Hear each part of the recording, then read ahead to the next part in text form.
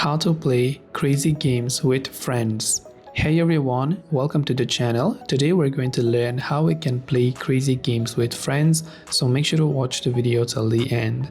Now, to play with friends on Crazy Games, you can open up the Crazy Games application and make sure that you're first signed in to your account.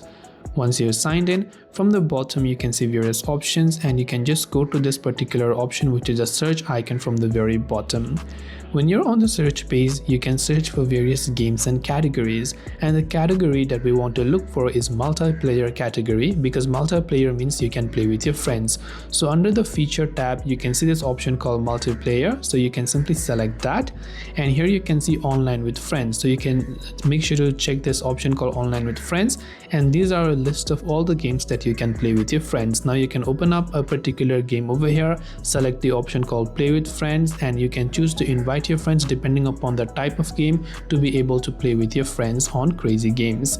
This way you can go ahead and then basically play crazy games with friends. I hope the video helped you. If you have any questions, feel free to leave them down. Thank you for watching and see you in the next video.